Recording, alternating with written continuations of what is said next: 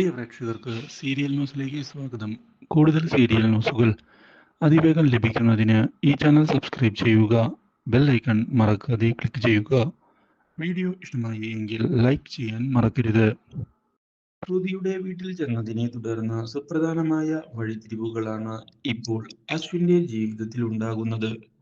ആദ്യമൊക്കെ അശ്വിൻ വളരെയധികം അസ്വസ്ഥനാകുന്നുവെങ്കിലും പിന്നീടാണ് ഇതെല്ലാം ശ്രുതിയുടെയും വീട്ടുകാരുടെയും സ്നേഹമാണ് എന്നുള്ള തിരിച്ചറിവ് അശ്വിന് ഉണ്ടാകുന്നത്. ഞാൻ ഇത്രയും നാൾ അവരെ തെറ്റിദ്ധരിക്കുകയായിരുന്നു. ഒരിക്കലും ഇങ്ങനെയൊന്നും സംഭവിക്കാൻ പാടില്ലായിരുന്നു എന്നുള്ള കാര്യം ഇതേ തുടർന്ന് അശ്വിൻ മനസ്സിലാക്കുകയാണ്. ശ്രുതിയോടുള്ള അശ്വിന്റെ ദേഷ്യം കുറഞ്ഞു വരികയും ചെയ്യുന്നു.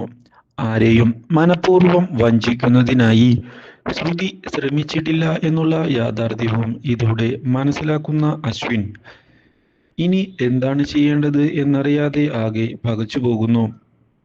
മാത്രവുമല്ല, ഇതേ തുടർന്നാണ് ശ്രുതിയെ വിവാഹം കഴിക്കുന്നതിന് വേണ്ടി ശ്യാമാണ് ശ്രമിച്ചത് എന്നും ശ്യാമിന്റെ ചതിയിൽ ശ്രുതി മാത്രമല്ല ശ്രുതിയുടെ വീട്ടുകാരും വീണുപോവുകയായിരുന്നു എന്നുള്ള സത്യവും മനസ്സിലാക്കുകയാണ്.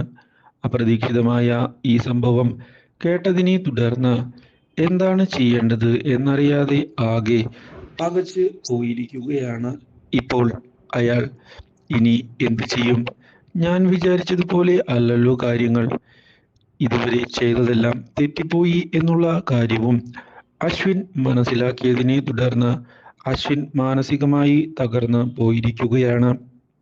ഇതോടെ അശ്വിൻ ശ്രുതിയെ ചെന്ന് കാണുകയാണ്. ശ്രുതിയോട്, എനിക്ക് തെറ്റുപറ്റിപ്പോയി ശ്രുതി, എന്നോട് നീ ക്ഷമിക്കണം എന്ന് അശ്വിൻ കരഞ്ഞുകൊണ്ട് പറയുകയും ചെയ്തത് ശ്രുതിയെ ഞെട്ടിച്ചു കളയുന്നു.